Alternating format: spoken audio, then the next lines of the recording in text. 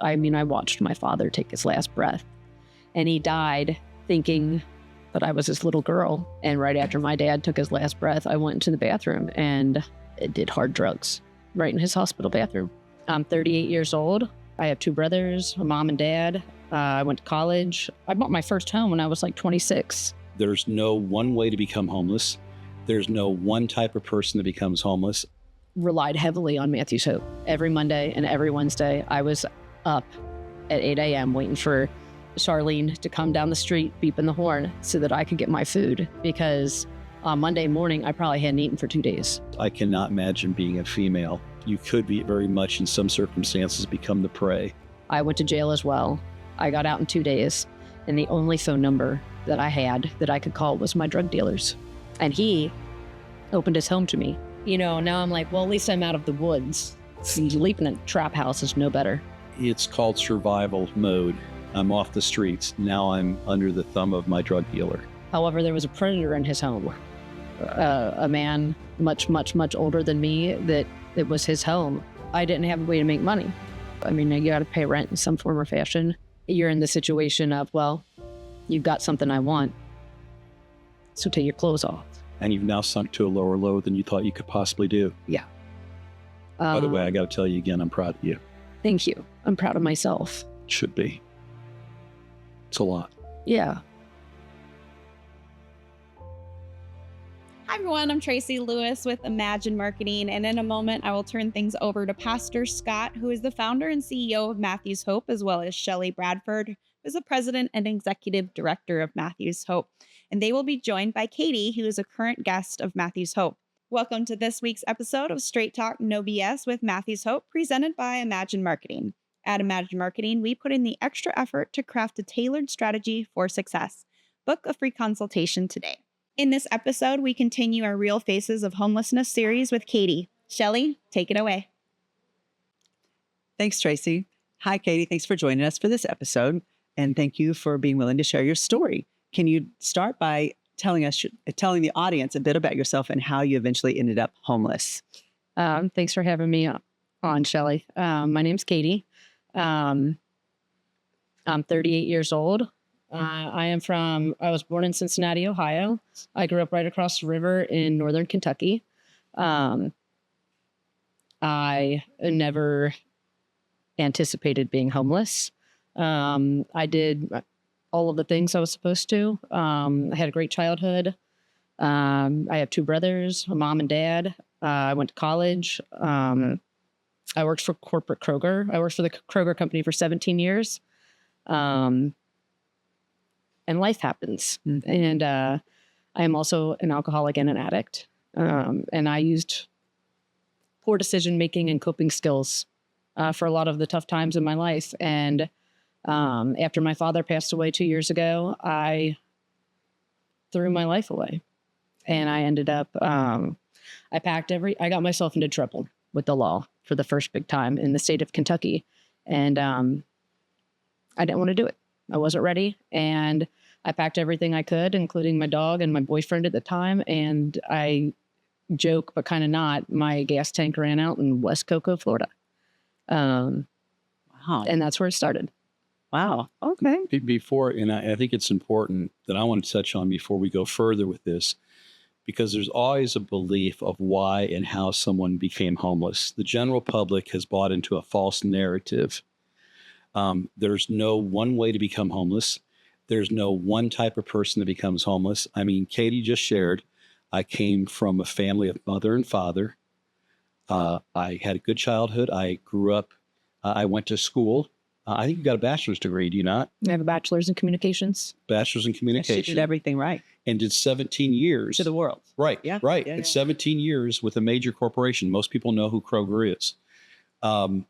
What could possibly go wrong, right? Because people don't, again, they think it happened this way, it happened that way. So I just want to stop there for a second and just share that for people to think about as Katie continues to share her story, how normal things are up to that point. Yeah. Yeah. What was it about your dad passing away that made you just lose control of everything? So, Yeah, I did life like society teaches you to do life. I bought my first home when I was like 26. And there's not any one particular reason that I will blame for becoming Sure. becoming homeless. Excuse me. It's just life and the decisions that I made. And I got married. I fell in love with the idea of being in love and doing life the way that society teaches you to do life. You go to school, get a good job, buy a home, get married, have a family. And mine just looked a little bit different. The spouse that I chose was probably not, absolutely was not the right spouse for me. But I had this vision of what I thought my life should look like. And throughout my career, I had a beautiful career with Kroger. But the company changed. And when a company stopped loving me back the way that I loved them, I decided to end my career. Essentially, I was going to be out of a job anyway because of the restructure and reorganization that they were doing. I chose to leave on my own and start a family is what I thought. But it didn't go that way. My marriage fell apart. It became abusive in all aspects, and I ended up going back to live with my mom and dad during the divorce. Mm-hmm. I lost my home and I thought my life was over. Sure. I was, Sure. 31 and going back to live with my mom and dad, which I thought, wow, I've just hit rock bottom. Mm-hmm. And I used alcohol as my coping mechanism through all of that. I now see that as I got to spend my dad's last years of his life with him. I'm daddy's little girl. Mm-hmm. Trust me, I'm mommy's little girl too, but I'm really daddy's little girl. My dad is an amazing man. Everybody knew him. Everybody loved him. He was a happy person and he loved me very much. And he was always there for me, even when I struggled really bad with my alcoholism and, my family wanted me to get help and I was being selfish and self-centered and just drinking my life away because I was experiencing a lot of pain and hurt through what I went through with my ex-husband. And my dad was, my mom cut me off at one point in time and she said, I'm done with you. Until you get help and do what I want you to do, I'm done with you. Mm-hmm. And secretly, I don't even know she knows this, but my dad would text me at like 10 o'clock at night, like, Mom's in bed, you can call me. And,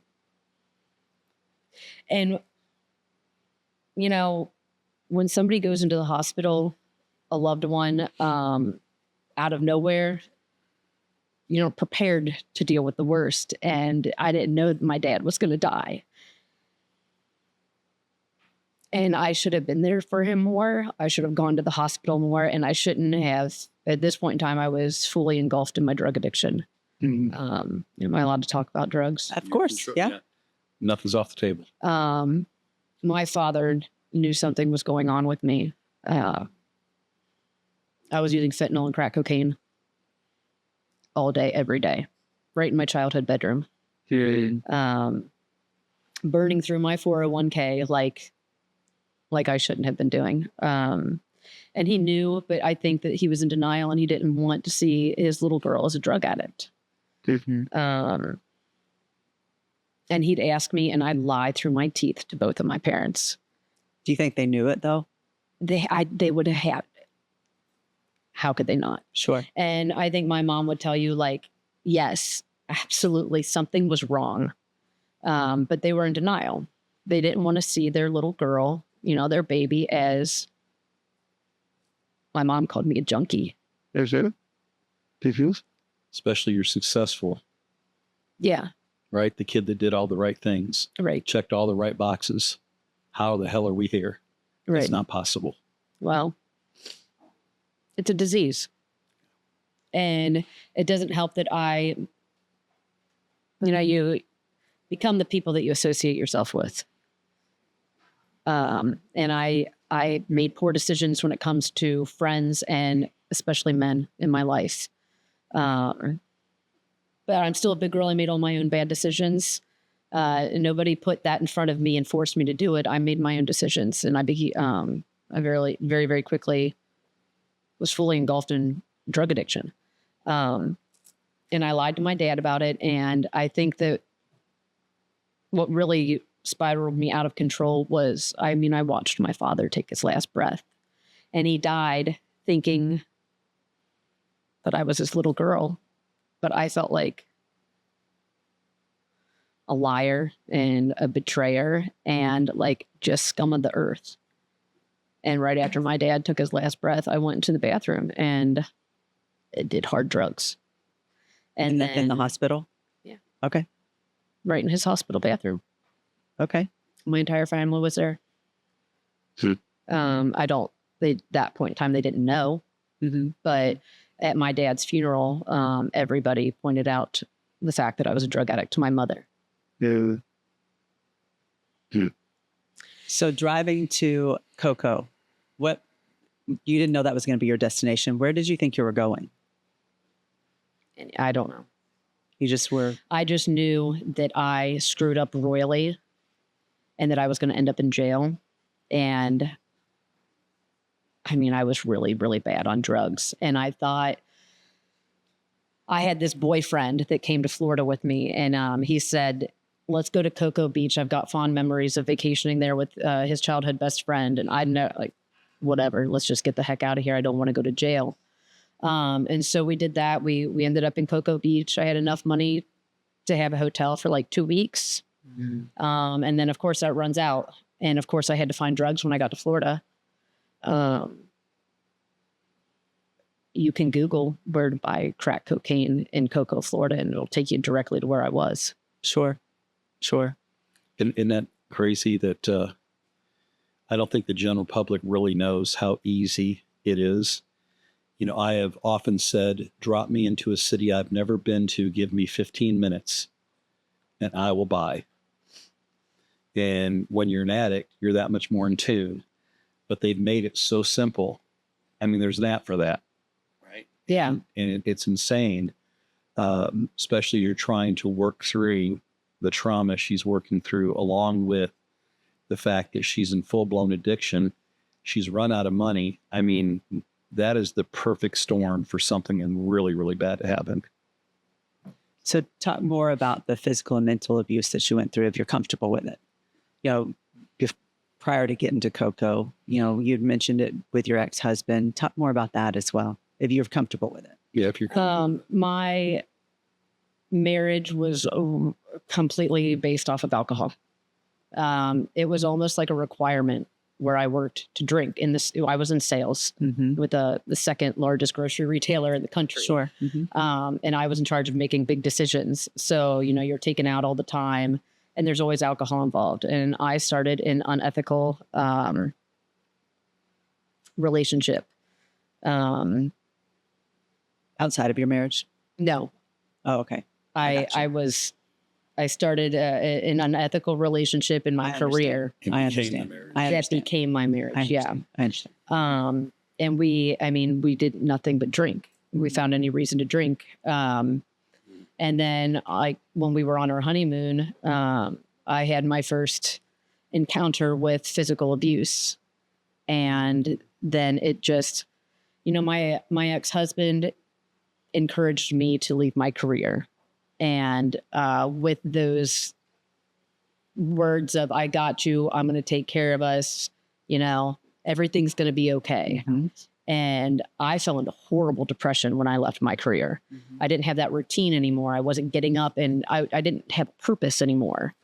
And I still worked under the table, and I did things within the same line of business, but I lost my sense of passion and purpose. And he being told that you're a piece of shit loser, get up off of your rear and get a job. You're a loser. Your life means nothing. Look at what you become. And that really, that took a toll on me. Sure. Because I already felt like it. Sure. And now I've got somebody confirming it. And then things would get very physical when we drank, and to the point where it wasn't safe for us to be around each other. I went to the hospital a couple of times. I also am the one that landed the assault and domestic violence charge. I sold my home and I bought a home with him. And then we started, the divorce was going through, and I had been given the home through our attorneys. But I still wanted that love, and I wanted to be taken care of, and I wanted to work it out. And it was like a 2-week cadence of every 2 weeks he'd come back, and I love you and I miss you. And we'd drink and we'd fight and hit and Codependent. yeah, absolutely.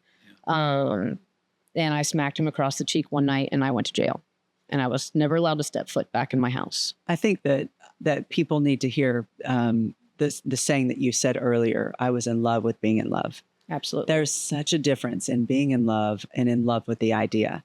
And I think so many people fall in love with that idea of being in love, not the true, genuine love.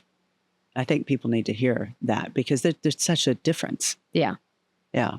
Yeah. So it's interesting she said that, because I often say that I married the mother to my children.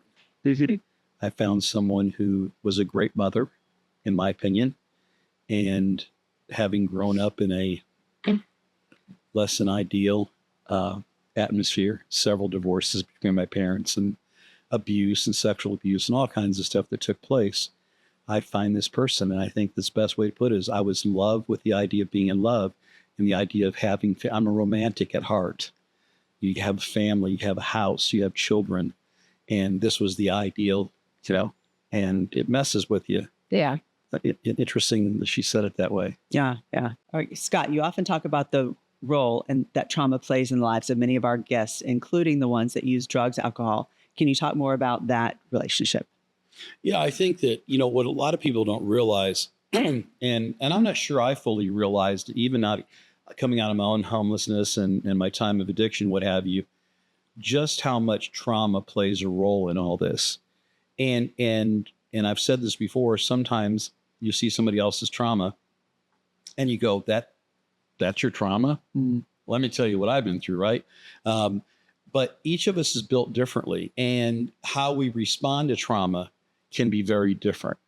I think I said in our last podcast, for me, failure was not an option, because I was told and was reinforced that I'd never amount to anything. I was basically blamed for everything except my own birth. And I think somehow I played a role in that. That's how I felt, at least, growing up in that situation. And so even today at 3 years old, that little voice will get in my head sometimes. I mean, I'm 63. I'm still waiting for the other shoe to drop of becoming homeless again. And feeling like I am an imposter is the best way I know how to talk about it, because I know what I've done. And there's many things I'm not proud about that I've done. I know it was done to me. And I've tried very hard my whole life not to let that be an excuse and just keep moving. At the same time, I was built with something in me that kept me moving forward, but that didn't necessarily mean that I was learning how to deal with it. It simply means I learned how to compartmentalize it, put it back, and keep moving forward. And I think it's really only been the last, honestly, even within my time of starting Matthew's Hope 16 years ago, it's really been over the last 15, 16 years as I've been fully into all this day in and day out. And I can see it from both sides that I even fully dealt with my trauma. Yeah, it's almost like this starting Matthew's Hope healed something inside of you. It did. Well, it also, and the truth is, it's also my addiction. I'm addictive. Yeah. I have addictive nature. And my addictive nature is now being filled by helping others and growing this ministry, which is probably why I'll die working, is because there's part of me that says I'm tired, I'm ready to sit back a little bit. And there's this part of me goes, you can't stop, you can't stop, you can't stop. Or there's also that part that says you can't stop, because if you do, you're going back there. And I have this huge fear of being homeless again, even though my life is pretty damn good. It really is. I think that sometimes what the general public doesn't often understand is that most everybody we serve, when you sit down with them, there was a level of trauma that kind of set a trajectory for them and what their future looked like. And Katie said something really important earlier. show me your friends. I'm wording it a little bit differently. Show me your friends and I'll show you your future. Yeah. When you start to fall into that, what happens is, well, and I'm hanging out with people drinking. We're all drinking, so we're all okay. Yeah. Oh, now I'm doing drugs with somebody. We're all doing coke, and we're all seem to be functioning okay, so we're all okay. And then we get this attitude. Well, at least I'm not. My big thing, Kay, was Shannon and I laugh about this at times, and it's not laugh, ha ha. I think sometimes it's like, oh God, can you believe we're alive? But my whole thing was, well, I never stuck a needle in my arm. No, I don't know if you know what purple microdot is. It's acid. I don't even think it's available anymore. I don't know. I've been so far from the drug, but you would put it in your eye. Yeah. Because it would give a straight, you're mainlining into the brain, right? I could justify putting acid in my eye. Okay. That didn't faze me, but you putting a needle between your toes so somebody wouldn't see it. Oh, how disgusting you are. Wow. Isn't that crazy? But it took me a long time to realize that, no, I'm just another addict that just found a different way of covering my tracks, so to speak. But ultimately is you got to deal with the trauma aspect of it. And I think that is a lifelong commitment because, as I said a few minutes ago, I'm 63 years old now, and I'm still working through some things. And there's that part of me that wants to say to people, I want to shake them. Come on. And there's that part of me that goes, I know exactly why you're at where you're at. And so it's trying to find that fine line as a ministry between the shake and the hug. Yeah. Yeah. And I see us grappling with that every day. Every day. I jokingly said to Katie earlier, I said, if I were to write a book, it would be titled something along the lines, I'm not nearly as bad as some has said, but I'm not nearly as good as some believe. Yeah. Because that would be a true description of who I am. I'm not the man I once was, but I'm not the man I desire to be. And I think that's a healthy place to be, is understanding your own addiction, understanding where you fill things in to meet your addictive nature. Okay. Because some of my addict friends are some of the most successful people I know prior to and after addiction. Because what was ever in there to get you 17 years of Kroger and through college to get your degree, it's still there. Even if the general public looks and goes, I don't see it. Okay. Well, sorry, that whole judge a book by its cover. Why are we listening to that? In today's society, we're judging books by the cover every day, but we have no idea what that person's been through or what their battle is. Right. So I just think it's really important that people understand that trauma is a real thing. And whether it forced you into homelessness or however you want to say that or not, counseling is a really good idea in working through the steps of recovery. Okay. Go ahead. Go ahead. Becoming homeless is a trauma in itself. Oh, that I tell people all the time, you didn't have a mental health issue before you became homeless, you will afterwards. Because there's no worse feeling than literally now everything's gone. Where do I eat? Where do I sleep? It's terrifying. And it duplicates addiction. I used to tell people I used to have to get up, have a little bump in the morning, get myself going. And I had to do that throughout the day to function. With homelessness, you get up, where do I eat? You eat. You really are literally when you're already focusing on when you're going to eat again. And then after that, where am I going to eat again? And then after that, where do I lay my head tonight? And it's a cycle. It's so much like addiction is why I tell people all the time, Matthew's Hope is like a 12-step program in a very odd way, because we're dealing with, that's why, life recovery Bibles that I say that we have to use. Is that's part of it. It's life recovery. It's not just recovery from addiction. It's recovering from whatever it was that got you here. And where do we go from here? Okay. So when you ran out of gas in Cocoa, what was next? What happened next? So I had a vehicle. I had enough money to stay in a hotel for a little bit. And then, I packed all my belongings that I could in my vehicle. And then it was time to start selling off what I could. And I was successful. I had a lot of nice things, and I made sure that the watch collection and my jewelry, everything came down with me. And then of course it all ended up in a pawn shop.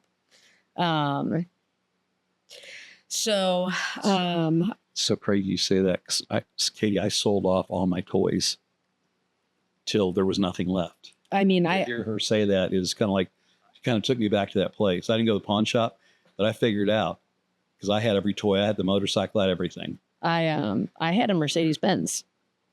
Wow. And I thought about I knew that. And I thought about I could get a car. Then I thought about where am I going to sleep? I have to have my car. house. That's my house right now. And so we stayed in my car.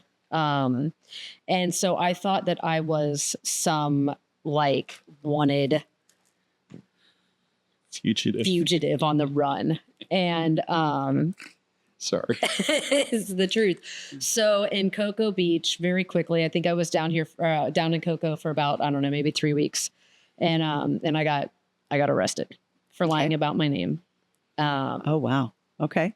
Fugitive on the run. I did. Well, before I left Cincinnati, I paid somebody a whole lot of money for a new driver's license and a new license plate. And it worked 3 times on the way down here.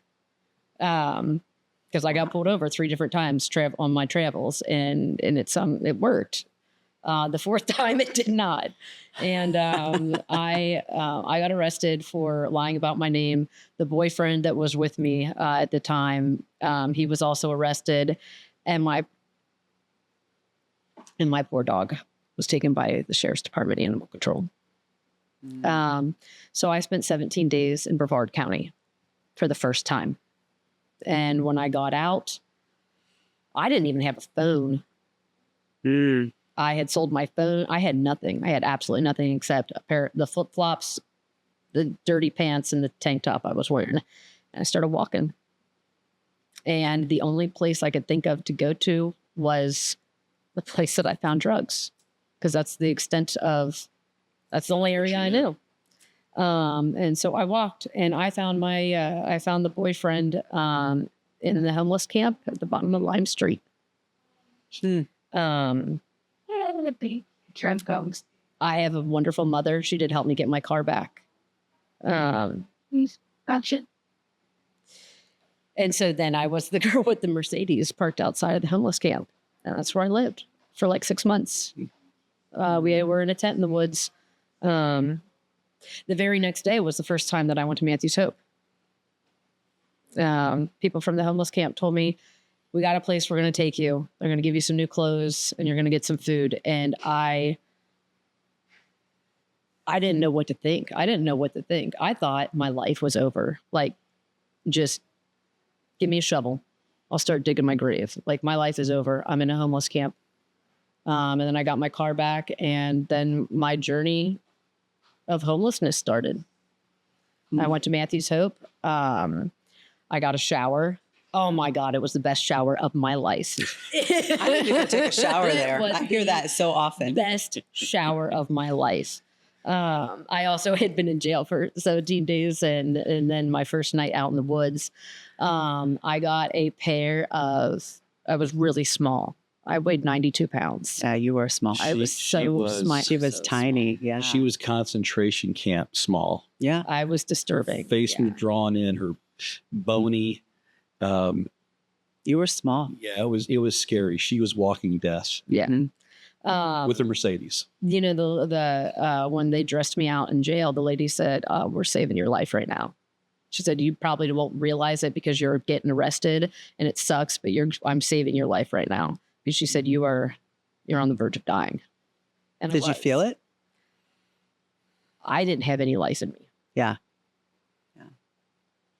There's a picture I have somewhere. When we first take their picture, and it's hard to describe to people unless they've ever seen the look of death in somebody's face. But there was no life in Katie's face whatsoever. It was just, she was just there, just a being at that point. But you see the sparkle in her eye now, and you look at that and you go, how is that the same person? Now keep in mind too, we see her after 17 days in jail, chances are she put some meat on her in that 17 days. And she still, when we saw her, was, I mean, just nothing. I remember her. Nothing. I remember you. Yeah. Yeah. So what happened at the homeless camp that you were living in? The homeless camp was a great community. It was on private property. We had city trash. We raked the ground every day. It was very clean. We did not, it wasn't like some of the homeless camps that you see that are just mounds and piles of garbage. Like, there were maybe 6 to 8 of us when I got there. It grew as the sheriff's department started shutting down all the homeless camps. It grew. I think that the biggest it ever got to was about 16. And there was a line that divided the sides. I was on the retired community side. We were quiet. We kept to ourselves. I came and went as I pleased. I had a car so I could make a little money here and there. Relied heavily on Matthew's Hope.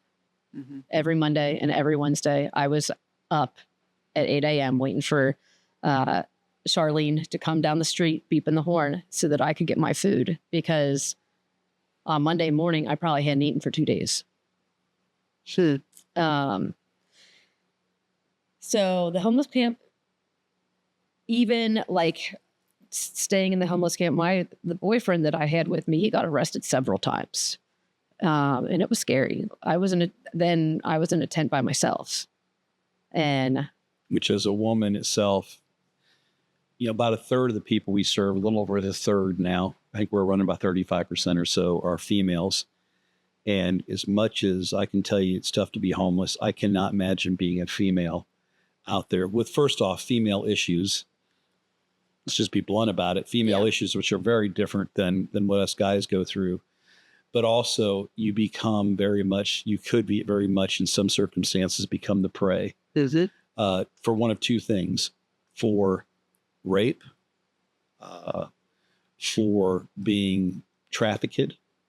There's all kinds of things, or just for nothing more than being abused from the standpoint that you're not going to fight with the men there and you're going to do what they ask you to do. And it may not be of the sexual nature, but they're going to have you do whatever they don't want to do if it's that kind of case. It's crazy how she says there's a line drawn. I want people to understand this also. All camps are not alike and all homeless people are not alike. There was a camp here in Winter Garden years ago that literally had, there must have been 100 people in the camp. It's right down the street from here. And they had no less than 8 different sectioned off areas. And they used the stuff you see at a construction site, the cloth that they put on it. And they literally made around trees to make their little village, if you will. And that little village would have anywhere from 6 to 10 people in it. And so you would see the folks that, what'd you call it? The retirement camp? Yeah. Yeah. But you'd see, you'd see like the druggers, the drinkers, the Christians, because you always have that Christian community out there. You'll see it was broken down. And then there's someone often that is kind of like the mayor, if you will, that kind of makes sure that everybody coexists in some way. And again, I don't think people understand that the hierarchy of life as we see it every day happens in the homeless community.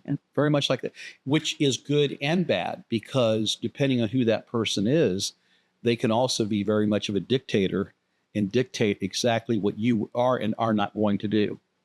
And that can get very ugly very fast.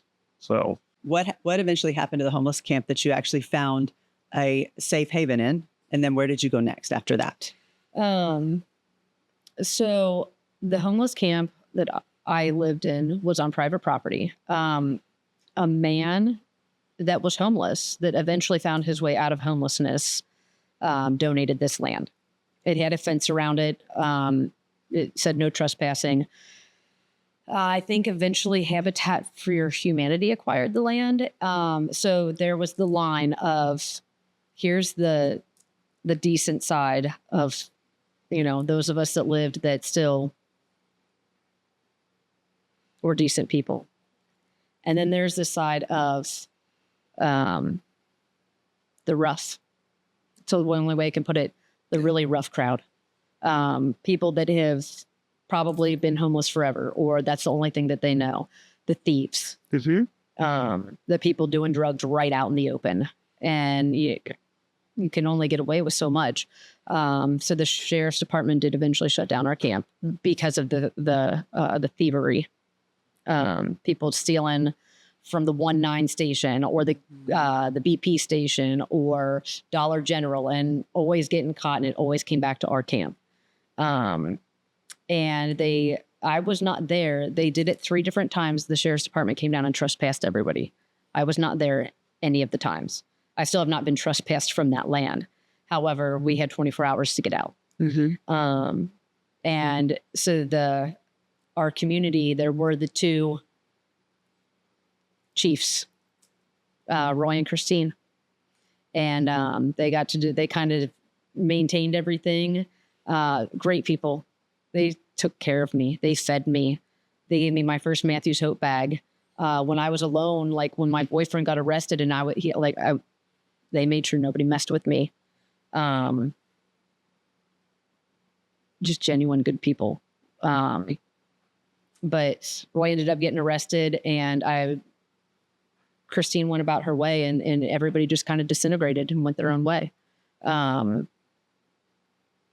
I ended up staying in my car at the Flying J. You can pay $10 a day, and you can park and sleep in their parking lot.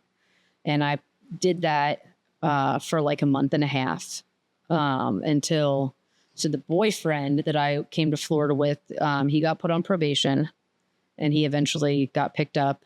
We were over in Merritt Island, and he got picked up, and he went to jail for a while. I went to jail as well. I got out in 2 days, and the only phone number that I had that I could call was my drug dealers. And he opened his home to me, which, now I'm like, well, at least I'm out of the woods. Sleeping in a trap house is no better. It's called survival mode, and it is the worst place to get caught up in because you feel so trapped that you're really picking do I believe is the safest, worst of the worst situations I can be in. I'm off the streets. Now I'm under the thumb of my drug dealer. So what was that like? What came next after that? It was horrible. I mean, I'll be just completely transparent and honest. That's what we want. I was a cute, young, white girl with a Mercedes-Benz. My mom, again, coming in strong, always helping me out. She helped me get my car out of impound. And so my drug dealer is a decent person. Of course you can stay. I mean, he's a drug dealer, but he also was going to make sure that there's Katie and she's all alone. Like, yeah, I'm going to let her come stay and make sure, she's not stuck out in the street by herself. However, there was a predator in his home. A man much, much, much older than me, that it was his home. And now I'm there, and there went the keys to my car. And then I didn't have a way to make money. And you got to pay rent in some form or fashion. And that's when you get that, you're in the situation of, well, you've got something I want, so take your clothes off. And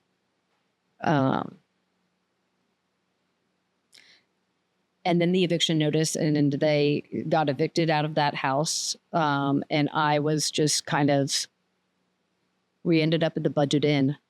And again, the only person in the state of Florida that I know, and maybe it's just the addiction. It's absolutely drug addiction. It was drug addiction and hopelessness. And you've now sunk to a lower low than you thought you could possibly do. Yeah. I'm still the girl at Kroger. Here I am. So for 3 months. By the way, I got to tell you again, I'm proud of you. Thank you. I'm proud of myself. Should be. It's a lot. Yeah.